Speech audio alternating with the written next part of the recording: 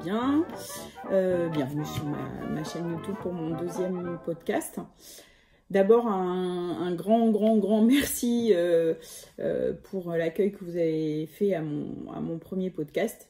Je ne m'attendais pas à autant de vues et d'abonnements pour le démarrage comme ça. Donc ça fait vraiment plaisir, c'est très motivant. Donc vraiment, mille merci.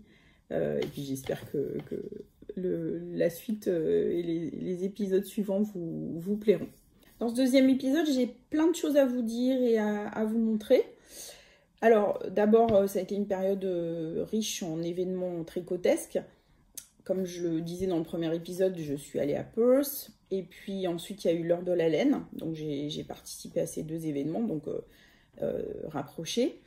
Je vous mettrai des vidéos, des photos à la fin du podcast pour que vous voyez un petit peu l'ambiance de ces moments chouettes. Évidemment, c'était super sympa. J'ai fait quelques achats, je vous les montrerai tout à l'heure. Et puis j'ai rencontré des personnes que je ne connaissais pas, sympa, et c'est toujours sympa. J'étais avec des amis. Voilà, donc j'ai notamment rencontré deux designeuses que je connaissais via les réseaux, mais que j'avais jamais rencontré en vrai. C'est Cassie.Knits, et notamment vous verrez à la fin, je vous montre une photo d'elle et moi où j'ai mis son bonnet qui est plus le dernier en date, parce qu'il y en a un nouveau qui est sorti. Son bonnet Baker Joe qui est vraiment très joli, très sympa. Je l'ai mis dans ma liste qui est très longue, mais bon, je l'ai mis dans ma liste. J'espère le faire. Et puis j'ai rencontré Lolita de la marque Loli l'a fait, et on a beaucoup discuté. Je lui ai pris des patrons, etc. Je vous montrerai aussi tout à l'heure. Je vous parlerai aussi de plein de choses en dehors du tricot, parce que j'ai fait des choses, j'ai envie de vous en parler. On commence par les projets terminés. Alors j'en ai deux. J'en ai un super, très réussi et tout, et l'autre qui est un demi-fail, on va dire. Mais bon, je peux le porter quand même. Ce sont des accessoires, je vous montrerai. Donc le premier j'en avais parlé en encours l'autre fois. C'est le châle Hollows de Melody Hoffman, donc que j'ai terminé, que j'ai tricoté avec les laines Maison Septembre, dont je vous avais dit que j'étais tombée en amour pour ces laines, que j'avais acheté au festival de l'Écheveau Solidaire. Donc c'est d'une douceur vraiment, et le mélange entre le modèle qui a un peu de point mousse et cette laine d'une douceur, ça fait quelque chose de vraiment très moelleux, très fluffy, qui est vraiment sympa. Donc il est très long, il n'est pas très large, voilà, et donc vous voyez le principe, c'est plein de trous et des rangs raccourcis. On voit bien au milieu qui donne la forme là, courbée. Voilà. Donc on le tricote, on part de là avec un garter tab. Je sais pas comment on dit en français. Voilà, vous savez, on fait les 3 mailles, petit carré, et hop, on part. Bon. et puis voilà, on va dans le sens de haut en bas. Donc à la fin, on a pas mal de mailles. Faut une grande place pour le bloquer. Je l'adore. Je le trouve vraiment super chouette. J'ai pas fait de photos portées encore. Je peux trop réfléchir à la manière dont j'allais le porter. Mais bon, vous savez, moi, quand je pars le matin, je me prends pas trop la tête. Mais voilà, quand il fera froid, ça va être super, et c'est vraiment doudou, et la couleur j'adore. Alors, le patron, très simple, très clair, aucun souci. La seule chose que j'ai faite en plus, c'est que j'ai trouvé quand j'ai commencé que la bordure là, elle était un peu serrée. La bordure là, c'est toujours ce problème un petit peu moi dans les châles. Du coup, j'ai rapidement ajouté, pour que ça soit plus souple, un jeté, vous savez, que je fais tomber au rang suivant. Voilà. Et puis j'ai fait une erreur qui se voit pas, c'est que en fait pour les rangs raccourcis, le patron disait seulement bah, tourner et continuer. Et moi, j'avais jamais fait ça en fait. Donc je me disais, mais ça va faire des trous. Donc j'ai fait des German Short Rose. Et entre-temps, j'avais posé la question à Mélodie Hoffman, évidemment. Je pense qu'elle a tellement de messages, elle m'a répondu très très gentiment et relativement rapidement, mais moi j'avais pas envie d'attendre. Donc j'ai fait mes German Short Rose. Et en fait, elle m'a dit que non, c'était bien ce qu'il y avait marqué dans le patron. Donc ça c'est moi, hein, faut pas se prendre la tête en fait, faut suivre ce qu'il y a dans le patron. Il fallait effectivement juste tourner et continuer. Et qu'effectivement ça ferait des petits trous, mais comme le châle en avait, elle trouvait que ça faisait joli. Donc du coup, je dois avoir un détail au moment des rangs raccourcis qui est dans le modèle d'origine et que j'ai pas là. Voilà. Mais alors, je le trouve vraiment simple et beau et chic. Voilà, je suis très contente de ce projet. Alors, côté sous-sous, j'ai acheté donc 3 écheveaux parce que c'est ce que recommande le patron. Sauf que ça, pour le coup, c'est un peu dommage. Bon, j'ai pas fait d'échantillon. Et du coup, j'ai utilisé 2 écheveaux entiers et vraiment un peu du second écheveau. Donc, il m'en reste pas mal. Bon, c'est un peu dommage. Mais bon, comme la laine est super, je vais bien trouver quelque chose à faire avec. Donc, concrètement, les 3 écheveaux, c'était 22 € l'écheveau. Donc, j'ai dépensé 66 €. Je le dis en dollars canadiens comme Olivier parce que j'ai quelques personnes qui m'ont demandé en message en dessous du premier épisode. Donc ça fait 96 $ canadiens. Le patron, il est à 6,90 €. Donc ça fait environ 10 $ canadiens. Donc au total, ça fait un châle à 72,90 €, 106 $ canadiens. Mais en fait, il me reste, la laine qui me reste, en fait, ça équivaut à peu près 20 € en réalité. Donc j'ai encore 20 € en matière pour faire quelque chose. 20 € c'est 30 $ canadiens. Voilà, donc si j'enlève ces 20 €, ça fait un châle dans les 50-55 €. Alors, mon deuxième projet, donc que j'appelle le demi-ratage, demi-fail, ce sont des chaussettes que voici. Ce sont des chaussettes qui n'ont pas de patron. C'est un talon après coup. Donc, je pars de la pointe et je suis montée jusqu'à la cheville. Donc, toe up.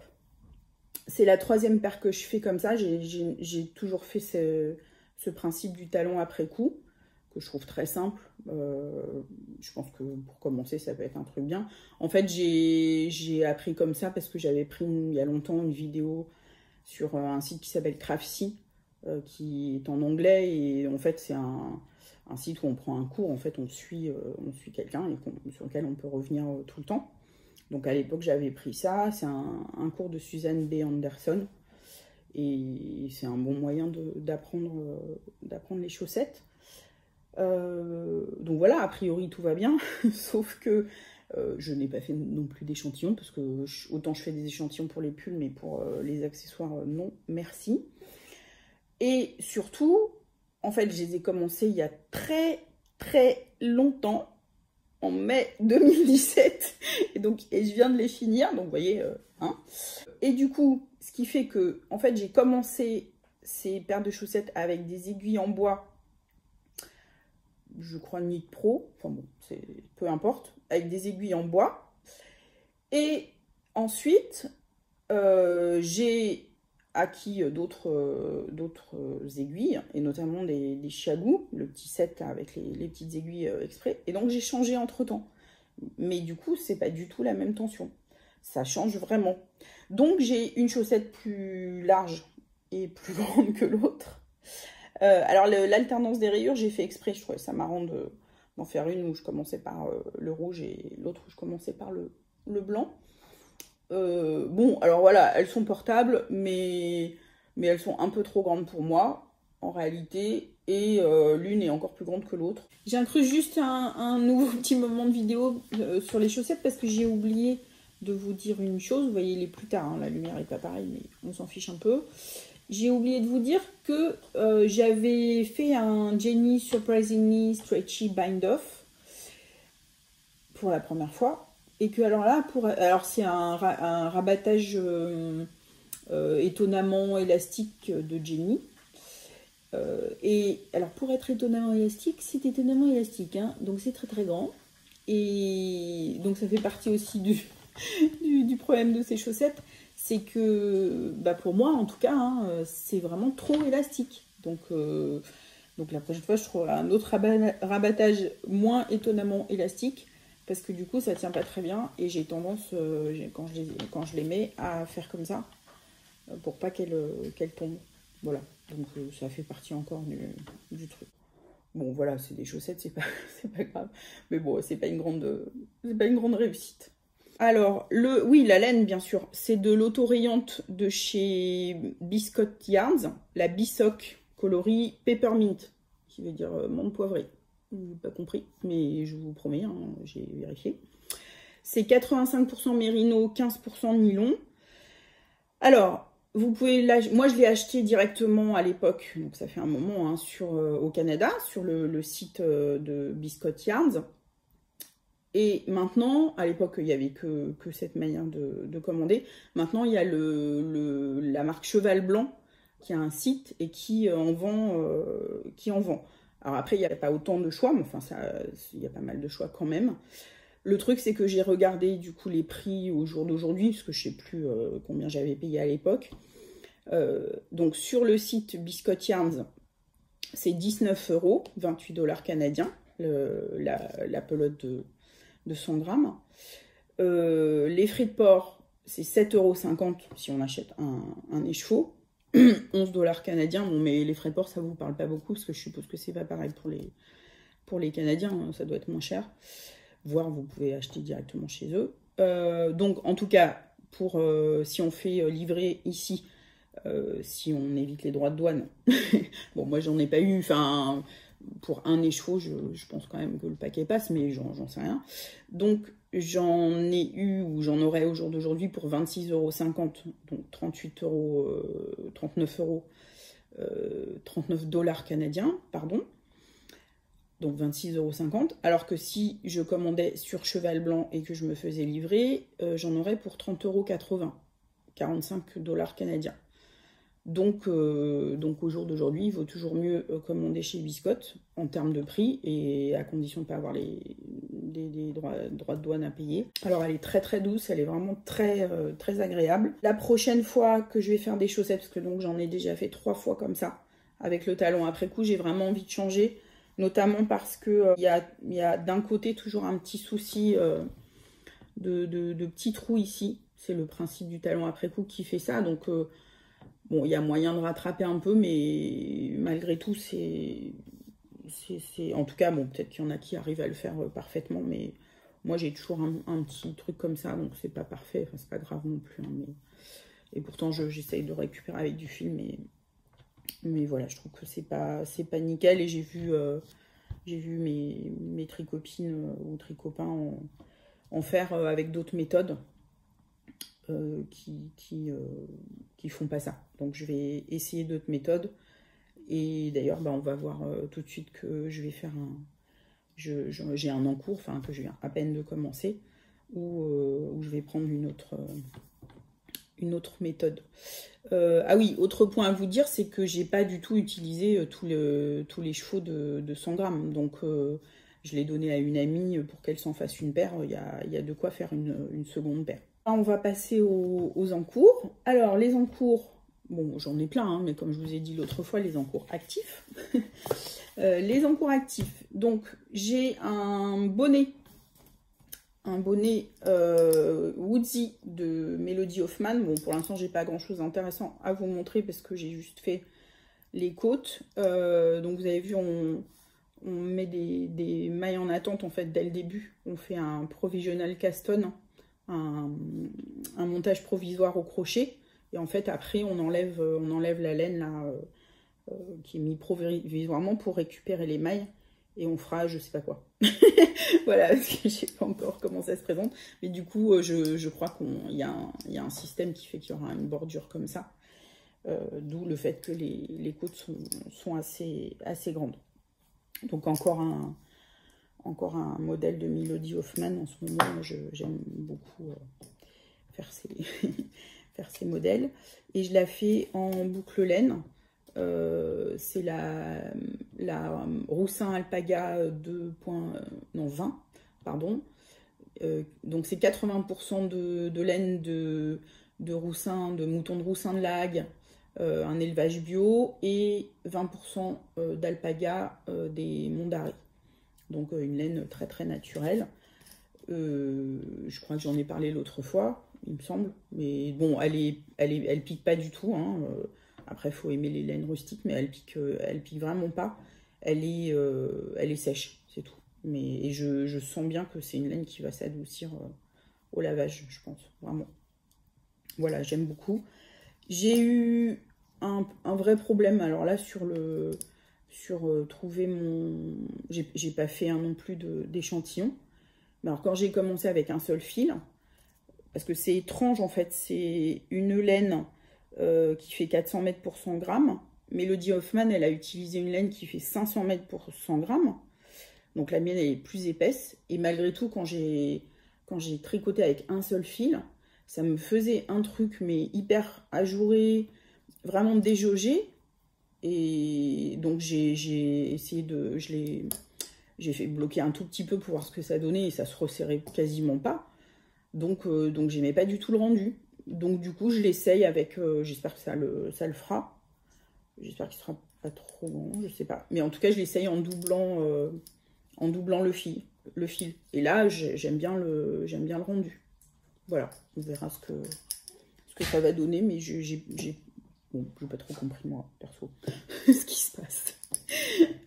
Voilà, mon deuxième encours, ben, si on peut appeler ça un encours parce que c'est vraiment tout petit, mais c'était surtout pour vous montrer la laine. Mon deuxième encours, c'est une paire de chaussettes de Melody Hoffman. C'est les chaussettes Into the Woods. Oui, je fais une fixette. Et le truc, c'est que j'adore ces chaussettes, mais de A à Z, c'est-à-dire y compris aussi la couleur et la laine qu'elle a utilisée. Donc, c'est pas comme si j'avais pas de la laine que j'aurais pu utiliser dans mon stock. Mais voilà, je sais pas si ça vous arrive. Il y a parfois des modèles, je me dis, bah tiens, je le ferais bien dans telle couleur. J'ai des idées par rapport à une laine que j'ai déjà, etc. En me disant, oui, ça serait chouette comme ça. Et puis parfois, il y a des modèles, je les aime vraiment, mais tels qu'ils sont, y compris sur les coloris. Et j'arrive pas à les voir autrement. Et donc là, en fait, je les ai commencé, ces chaussettes, avec une autre laine. Et c'était pas mal, hein, c'était joli.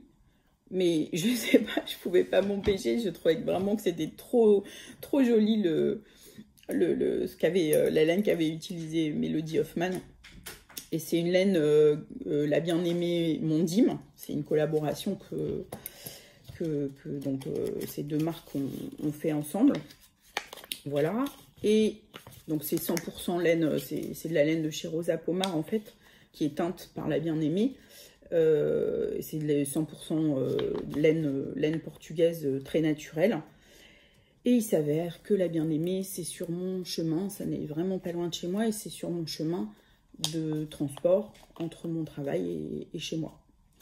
Et donc, ça me trottait dans la tête. J'avais déjà commencé avec l'autre coloris, mais un soir, j'ai craqué. Je suis passée chez la bien-aimée et j'ai acheté exactement la même laine que Melody Hoffman, que je trouve vraiment... Je sais pas ce que vous en pensez, mais moi, c'est vraiment des coloris que j'adore. Il y a plein de... Donc, c'est une base grise et des bruns, mais il y a des détails des jaunes...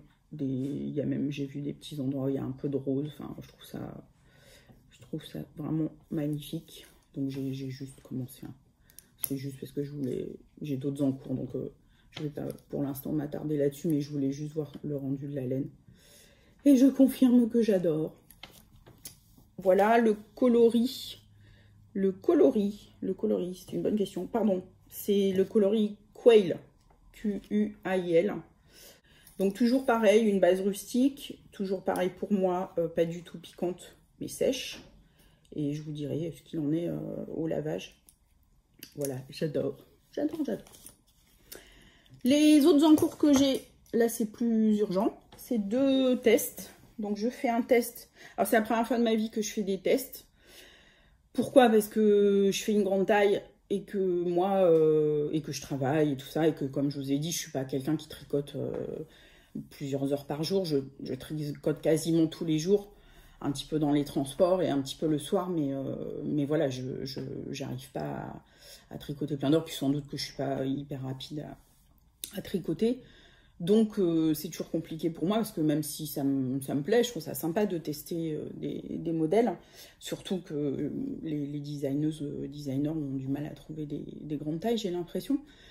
Mais voilà, moi mon problème c'est que si on me donne 6-8 semaines, même 8 semaines, je mets la pression et c'est encore pire je crois. Donc voilà, sauf que là j'ai eu 2 occasions de faire des tests où la designer, les designeuses laissaient vraiment beaucoup de temps, donc je me suis lancée. Alors le premier c'est un test, pardon, c'est pas un texte. Enfin, le patron, c'est un texte, mais c'est un test pour une designeuse qui se lance. Donc, c'est son premier design. Elle s'appelle Roxane. Son compte, sa marque, c'est Rox the Casbah. Et du coup, donc, elle a fait un pull donc, dont le devant est comme ça, un pull assez simple avec un i-cord en haut.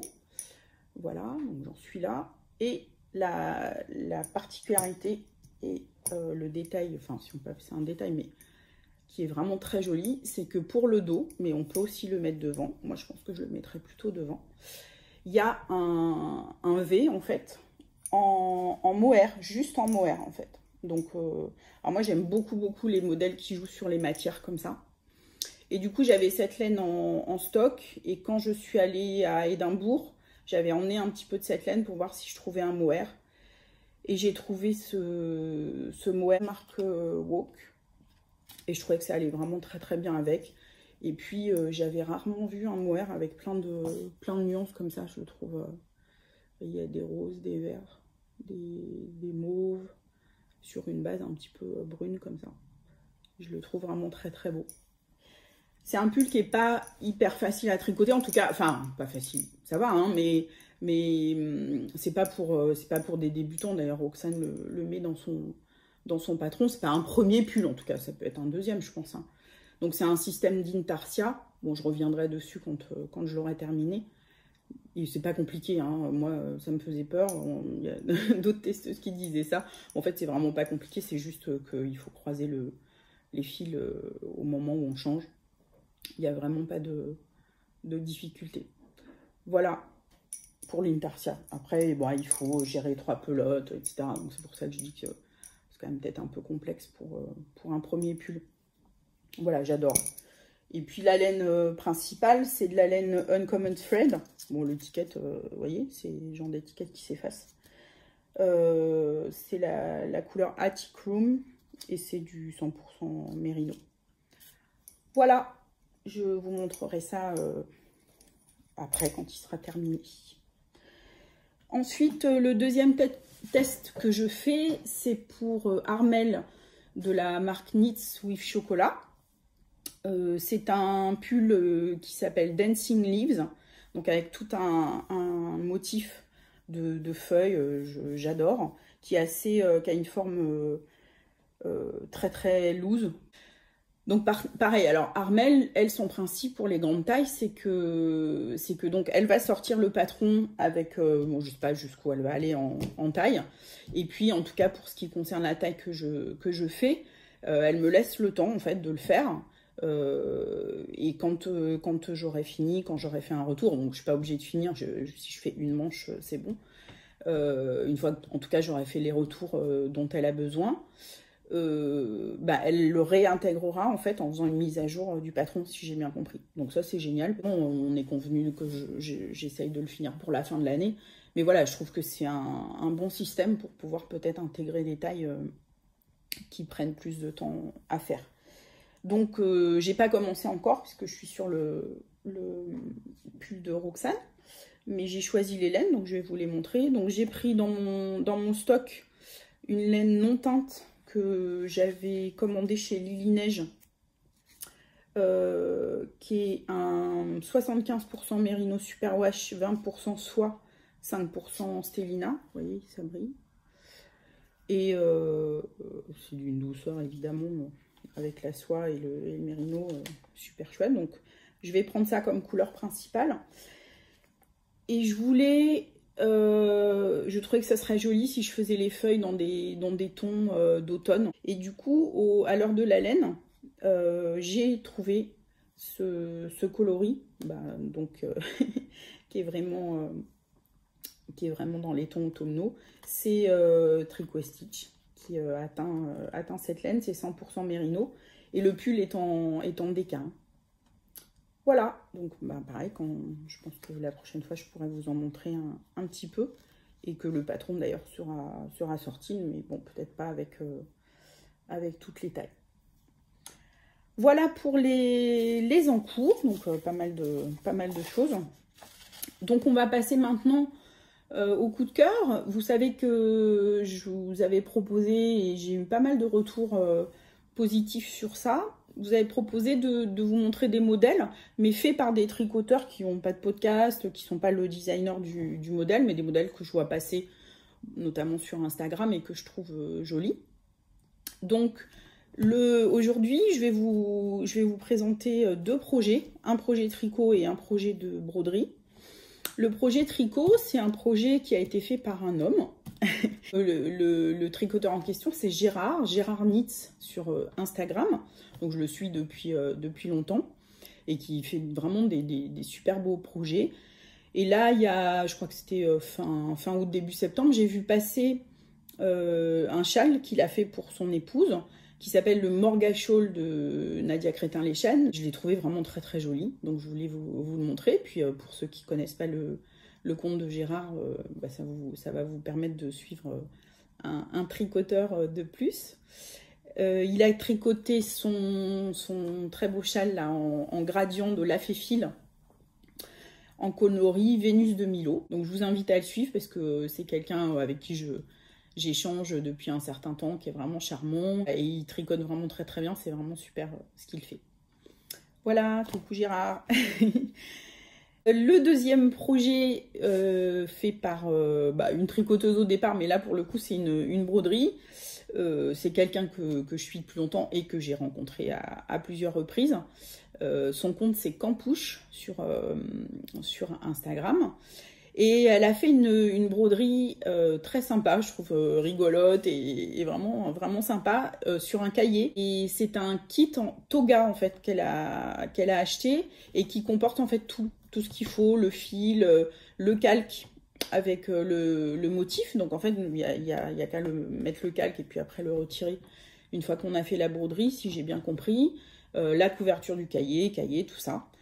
C'était sa première broderie, donc elle m'a dit que c'était vraiment très très bien pour commencer la broderie et apprendre le point arrière.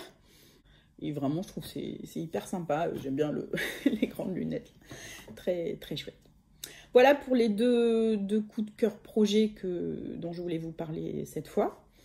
Ensuite, je voulais vous parler aussi, alors vous me direz si ça vous plaît, moi je regarde beaucoup de podcasts tricot et en ce moment j'en découvre pas mal. Donc le premier podcast, bon là je le regarde depuis quelques mois, mais je trouve qu'il vaut vraiment le coup. C'est le podcast de la chaîne Sur l'envers. Ça fait à peu près 10 mois en fait qu'il existe. Elle en est à son 5e podcast. Et elle est dans un univers que j'aime beaucoup parce qu'elle est plutôt de ce que j'ai vu sur des laines, des laines naturelles, rustiques, etc. Donc je trouve ça vraiment sympa. Puis j'aime bien, elle parle vraiment des types de laine et elle met des photos des moutons pour qu'on voit la race. Tout ça, moi je trouve ça vraiment sympa. Puis elle fait des projets vraiment très chouettes. J'aime beaucoup son podcast.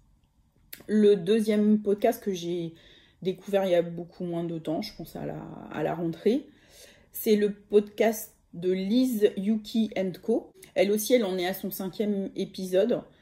Elle fait aussi de la couture, donc il y a tricot et couture. Elle est vraiment dynamique, sympa. Elle a des projets très très beaux. J'aime bien la manière dont elle est présente. Donc je vous recommande aussi ce podcast. Et je voulais vous parler d'un 3e que j'ai découvert aussi il y a quelques temps, qui s'appelle Knit and Read. Knit and Read. Pardon, avec l'accent quand même. Comme son nom l'indique, cette tricoteuse, elle lit énormément, mais vraiment énormément. Et notamment, elle lit des classiques. Et elle en parle, mais enfin, moi, ça me donne envie d'aller acheter, de lire tous les livres dont elle parle. Je trouve que c'est vraiment, vraiment intéressant. Elle a des vidéos sur Star Wars, analysées en fait. J'ai pas encore regardé, mais ça a l'air vraiment marrant, mais de manière très approfondie. Donc voilà, vraiment un podcast aussi à découvrir pour, évidemment, hein, je parle moins du tricot, mais pour tous ces projets tricot hyper chouettes et intéressants. Et puis, si vous aimez lire aussi pour l'aspect lecture et cinéma et tout ça, enfin vraiment un podcast très sympa sur ce plan-là. Voilà pour les podcasts. Je vais parler aussi de 2 comptes Instagram. Un compte d'une personne que j'avais rencontrée il y a 2 ans, je crois, au Trail Tricot, Mylène, avec qui j'avais vraiment sympathisé énormément. Vous savez, c'est le genre de rencontre où très rapidement, on a discuté pendant des heures et on s'est très très bien entendu. C'était vraiment très très chouette. Elle avait un podcast à ce moment-là. Enfin, elle a toujours une chaîne, mais bon, elle faisait des podcasts tricot. C'est le compte IG Milou PP. Et alors, je voulais en parler parce que elle et son mari et ses 3 enfants sont partis il y a quelques mois maintenant, oui, avant l'été, en juin, je crois, faire un tour du monde. Et donc, ils font Amérique latine, Nouvelle-Zélande, Nouvelle-Calédonie et Asie du Sud-Est. Et en fait, ils ont donc créé un compte exprès pour ça qui s'appelle T'as vu ça le monde.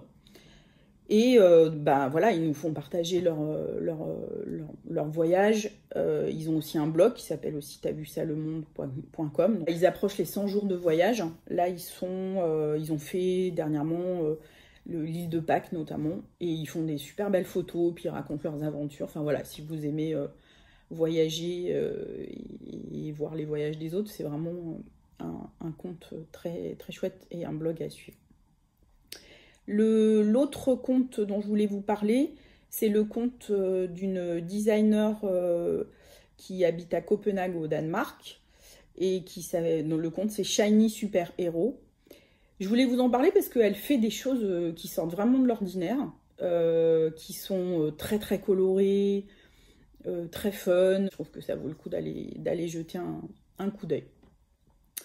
Pendant qu'on est sur les trucs IG, j'espère que vous avez vu passer, si c'est pas le cas, allez-y, sur IGTV, Pascal, donc Pacaline, une de mes amies dont je parle souvent et avec qui je suis allée à Perth notamment, elle fait des vidéos, ça s'appelle Ceci n'est pas un podcast.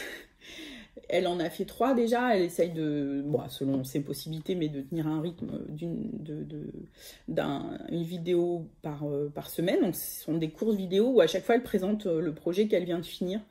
Et franchement c'est super, donc allez-y si vous n'êtes pas encore allé voir, il y a que 3 vidéos courtes à rattraper. Ah oui, je voulais vous parler, pendant qu'on est encore dans les histoires laineuses, de quelques achats que j'ai fait à Perth et à l'heure de la laine. Alors, à Perth, je voulais vous montrer une laine écossaise, tant qu'à faire. Donc, c'est 100% Scottish Lamb Wool.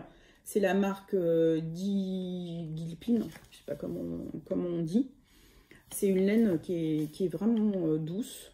Et elle est un peu, oui, comme ça. J'adore leur logo. Alors, je me suis pris un petit sac. Voilà, il est beau, hein, leur menton. Voilà, et donc j'ai une quantité pull pour ça. En fait, je voulais faire un patron que la propriétaire de cette laine a dessiné, qui est vraiment très joli.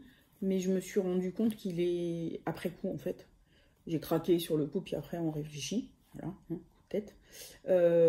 Et en fait, je me suis rendu compte qu'il était très long, donc je sais pas si c'est celui que je ferai au final. Parce que comme je suis petite, les trucs qui font comme une robe, et puis comme il y a tout un motif, je vois pas, j'ai regardé, mais je vois pas comment le faire plus court, en fait, si je veux respecter le motif.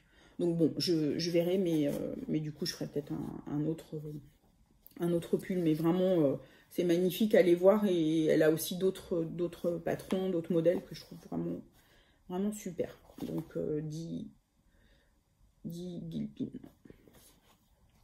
Voilà. Heure de la laine. Alors, comme je vous disais tout à l'heure, donc j'ai beaucoup papoté avec Lolita l'a fait.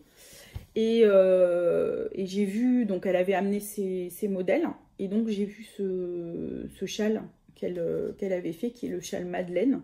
En fait, Lolita, elle donne systématiquement des noms de pâtisseries, je trouve que c'est sympa, à ses modèles. Donc, en fait, elle vend elle-même, donc là en direct, quand elle est sur les salons. Elle a fait faire des petites cartes avec ses modèles et elle indique les tailles et le métrage des fils. Comme ça, si jamais sur le salon vous voulez d'ores et déjà acheter la laine, ben vous avez ce qu'il faut. Vous savez ce qu'il faut pour faire le modèle. Voilà. Donc elle m'a gentiment en fait offert ce patron. Merci beaucoup Lolita. J'avais acheté auparavant, donc de quoi faire son ensemble, les mitaines velvet et le bonnet velvet, que je trouve vraiment très très joli. Et donc ça, c'était une collaboration avec Yarneline. Donc vous voyez, j'ai pris, là comme je vous disais, quand je trouve que le modèle est parfait dans la couleur et que je le vois pas autrement. Donc du coup, j'ai pris exactement la laine qu'il faut pour faire ces deux projets chez Yarneline. C'est vraiment aussi trop doux. C'est une laine fingering, c'est mérino et nylon. Et voilà, j'adore. Alors, le truc, c'est que Lolita m'a dit qu'avec un écheveau, c'était compliqué de faire les deux. Il manque un petit peu, en fait. Donc, ce que je vais faire, c'est que je vais faire le bonnet. Et je vais faire en fait des mitaines. Enfin, je veux dire, je vais couper, je vais arrêter pour que les doigts soient libres. Parce que déjà, j'aime mieux de toute façon. Et donc, voilà, je vais laisser les doigts ouverts. Donc comme ça, je verrai où j'en suis de la laine. Ça me plaît bien de faire ça. Alors, pour le châle... Alors, attendez. D'abord, j'ai pris un pompon aussi pour le bonnet. C'est rigolo, voilà. Et pour le châle, devinez chez qui j'ai trouvé mon combo? Chez Maison Septembre, parce qu'elle était là à l'heure de la laine et que, ben voilà, je trouve ça toujours aussi beau. Et voilà, le combo tout doux, tout joli que j'ai trouvé pour ce châle. Je m'excuse, j'avoue que je me rappelle plus avec quoi ça a été teint, tout ça. Si, ça c'est avec de la noix de Galles et mordancé au fer. Donc c'est un peu plus foncé que ce que vous voyez. C'est plus comme ça là. Voilà. Et puis ça, je me souviens plus. Le trou. J'ai pas révisé. Je me souviens plus. Puis je l'ai pas noté de toute façon, donc je me rappelle pas. Voilà. Donc les coloris, mais je sais que les deux sont teints avec la même plante ou truc naturel. Voilà. Donc ça, ce coloris, c'est lin. Celui-ci, c'est Mountbatten. Et celui-ci, c'est Onyx. Voilà. Je trouve que c'est très joli et que ça le fera bien avec pour ce châle. Alors ce châle, ce qui est sympa aussi, c'est qu'il change beaucoup de types de points et en fonction des sections. Donc je pense qu'il ne doit pas du tout être ennuyeux à faire. Et en même temps, il a une vraie unité, tout en ayant des sections vraiment très différentes. Donc ça doit être sympa à faire. Donc quand j'aurai fini tout ce que je vous ai montré, je passerai à ça. Et la base, c'est toujours la même. J'ai pris la même que pour mon châle holo. C'est la numéro 1. Donc, c'est 100% mérino naturel. Et c'est de la figurine 400 mètres pour 100 grammes. Voilà pour les achats à Perth et à l'heure de la vie. Voilà. Ensuite, on va passer à des choses qui ne sont pas du tricot. Donc à vous de voir si ça vous dit. La première chose, c'est quand même encore du créatif.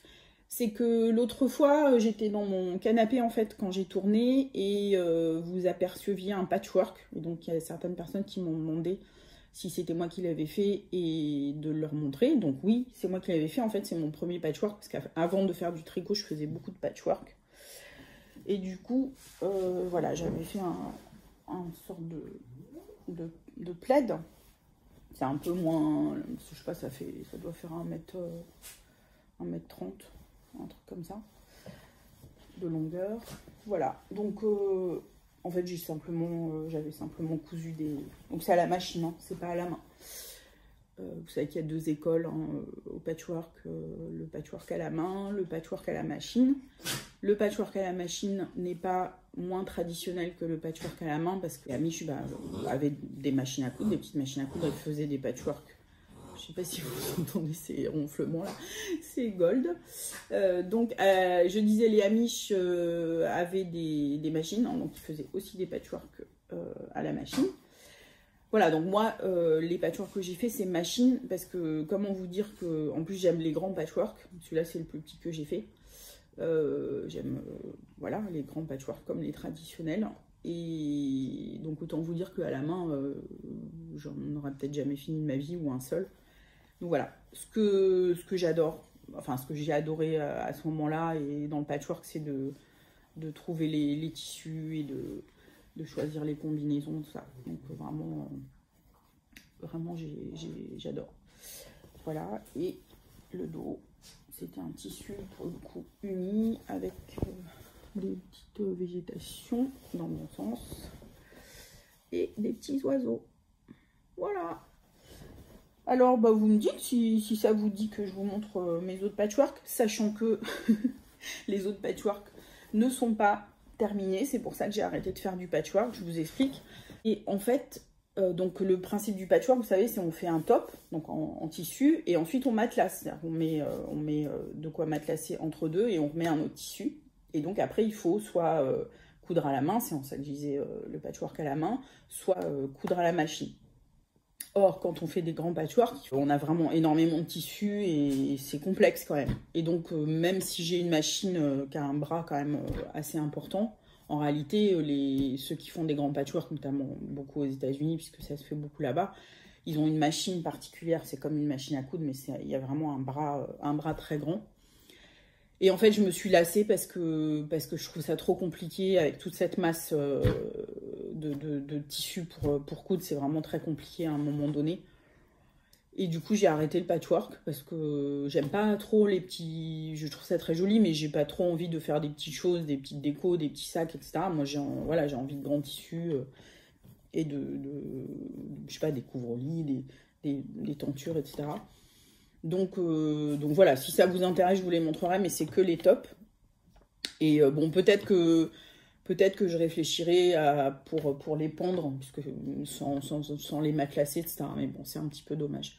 Donc c'est pour ça aussi que j'ai arrêté le patchwork et que je suis passée à d'autres activités, mais j'aimais beaucoup. Alors, je vais vous parler cette fois de bijoux, pendant qu'on est dans le créatif. J'ai une chère amie de longue date qui, on était ados quand on s'est rencontrés, donc non, c'était hier. Coucou Françoise. Donc c'est une amie qui fait des bijoux, en fait uniquement avec des matières recyclées.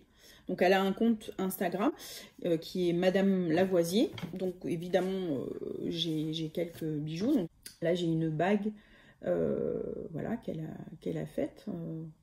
Et si je me trompe pas, le papier là, enfin le bleu à l'intérieur, en fait, c'est du papier de bonbons. Voilà, donc recyclage. Ici, c'est une broche ou si vous voulez mettre sur, enfin voilà, on peut mettre sur un sac en décoration, enfin, ce qu'on veut. Donc en fait, vous voyez, c'est fait avec des morceaux de miroir.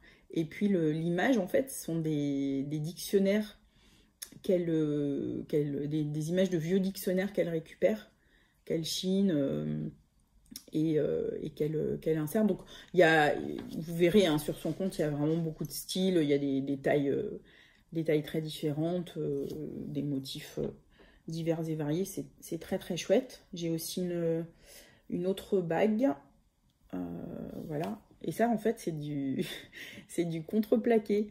C'est souvent des meubles, des tables qu'elle récupère des années 70.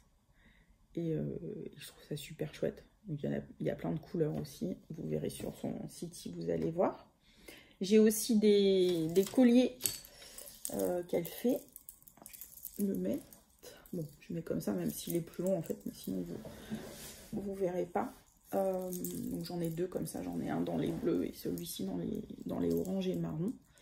Et en fait, ce sont des papiers de bonbons et des capsules de bière, donc en fer qu'elle doit aplatir. Enfin voilà. Et c'est rigolo parce qu'on n'a vraiment pas l'impression. Vous avez donc deux faces à chaque fois. J'ai encore un autre collier. Et ça c'est sympa, elle a récupéré, ce sont des pièces de jeu en fait. Voilà. Et pareil, ça fait des très belles choses. Alors je vous montre des choses que j'ai, mais si vous aimez bien les bijoux et puis le principe aussi que tout ça soit recyclé et qu'on réutilise les choses. Donc sur son compte Madame Lavoisier, vous avez vraiment plein d'autres choses. Elle est vraiment très inventive et très créative et ça vaut le coup bah voilà, je trouve, d'aider les gens qui font des jolies choses et des belles choses comme ça. Voilà, alors on va passer à la suite. Voilà, après donc je voulais vous parler de choses qui n'ont rien à voir avec le tricot ou les arts créatifs. Parce que j'ai fait plein de choses et il y a plein de choses qui m'ont plu, donc je voulais vous en parler si ça vous intéresse. D'abord un film que je suis allée voir au cinéma qui s'appelle Roubaix. C'est un film de Roubaix, une lumière, pardon, qui est un film de Arnaud Desplechin avec Roche Dizem, Sarah Forestier et Léa Seydoux, donc un film français. Comme son nom l'indique, ça se passe à Roubaix, donc qui est une ville du nord de la France, qui a des conditions économiques un petit peu difficiles. Et c'est la vie en fait d'un commissaire et d'un commissariat, et puis évidemment une histoire spécifique policière. Mais alors ne vous attendez pas à un policier classique si jamais vous allez le voir, hein. C'est pas un film d'aventure ou c'est pas un truc à suspense, c'est plutôt des portraits psychologiques. Et certes il y a une enquête, mais à la limite c'est pas vraiment ça le principal. C'est surtout voilà le Roubaix, la police, comment ça se passe. C'est plutôt réaliste en fait. Voilà. Et les acteurs, les trois que j'ai cités là, sont absolument géniaux. En tout cas, moi j'ai beaucoup aimé. Mais encore une fois, c'est pas du cinéma d'action, hein, donc c'est pas divertissant. Ensuite, je voulais vous parler d'une série dont j'ai entendu parler sur Instagram par Julie, Lily comme tout, qui est une mini-série de 6 épisodes qui est faite par la BBC et qui s'appelle Years After Years. Et dans cette série, en fait, on suit une famille britannique sur, je crois, 15 ans. Donc ça va assez vite, en fait, hein. Les années passent assez vite. Et en fait, c'est un futur très proche.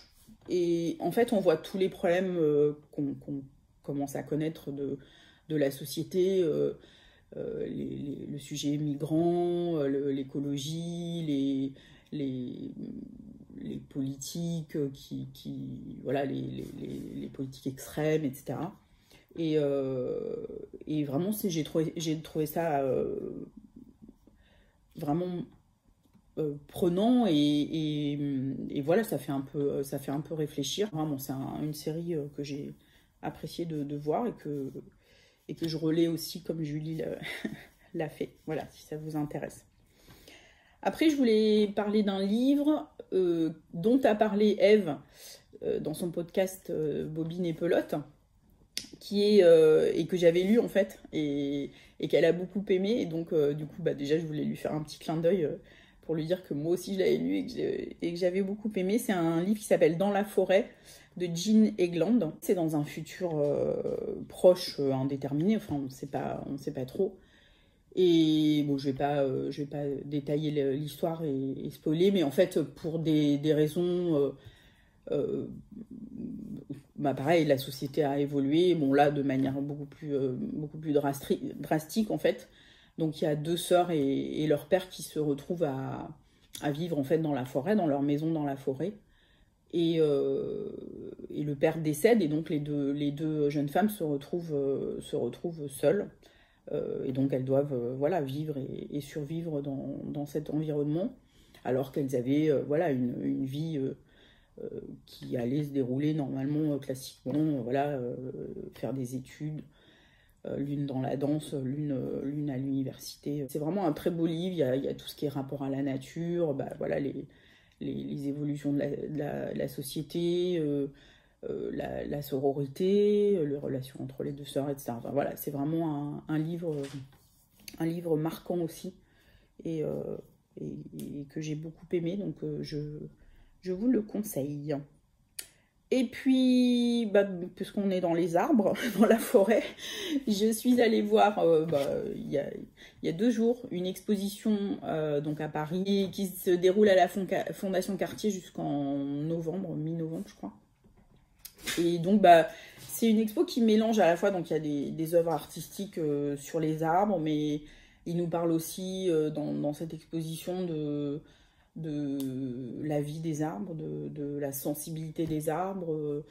Il y a un film aussi de Pardon où il y a des témoignages sur des gens qui ont une relation particulière avec un arbre. Ça mélange plusieurs domaines et c'est vraiment une très belle exposition. Donc pour ceux qui ont la chance soit de passer à Paris d'ici là, soit les Parisiens, je vous recommande vraiment d'aller la voir. Voilà, j'ai fait quasiment le tour de tout ce que j'avais à vous dire. Il y avait beaucoup de choses. Je vous remercie encore de m'avoir écouté. J'espère que ça vous a intéressé. Et puis, je vous souhaite plein de belles choses et de bonnes choses. Que la force soit avec vous. À bientôt!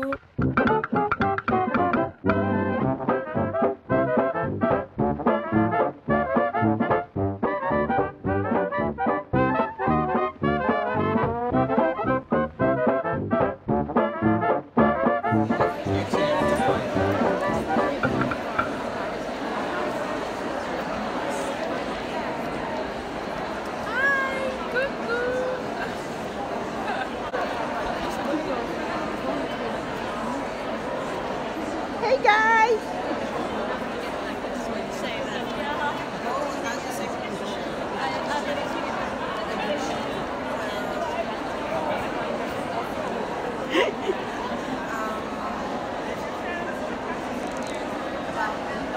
Hey guys!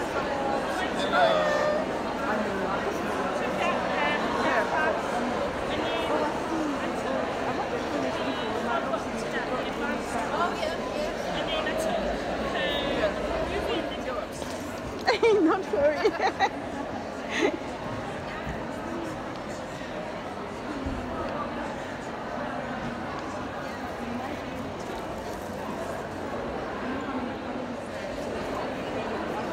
Hello.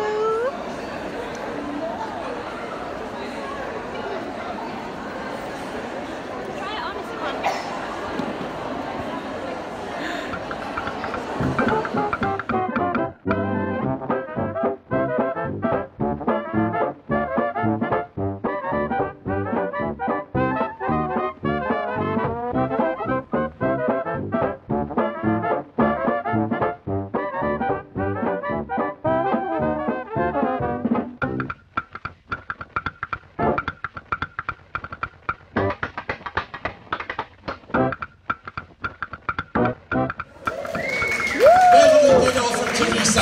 To my size, looked at me, and I thought, knitted by and worn by this is another one I thought I could steal, but it's unfortunately not my size.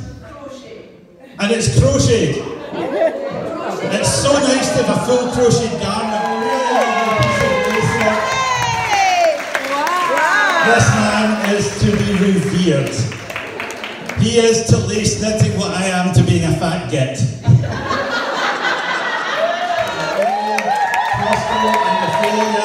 Modelled by Carola, you've changed your hairstyle.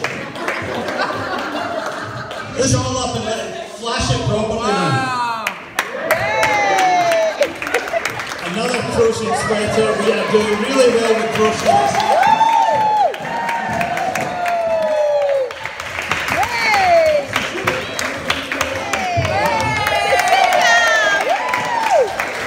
Now I'm going to ask her very, very nicely if I got the pronunciation right. I can't actually say anything about this one because the designer's wearing it.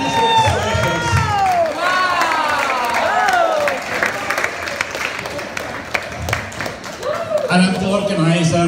It's Pear's design work. Get out and have a look at it up close because it's absolutely the model is, of course, the fair Andre. And to see a man in a frock coat always makes me feel quite Edwardian and quite cheerful. If you have a favourite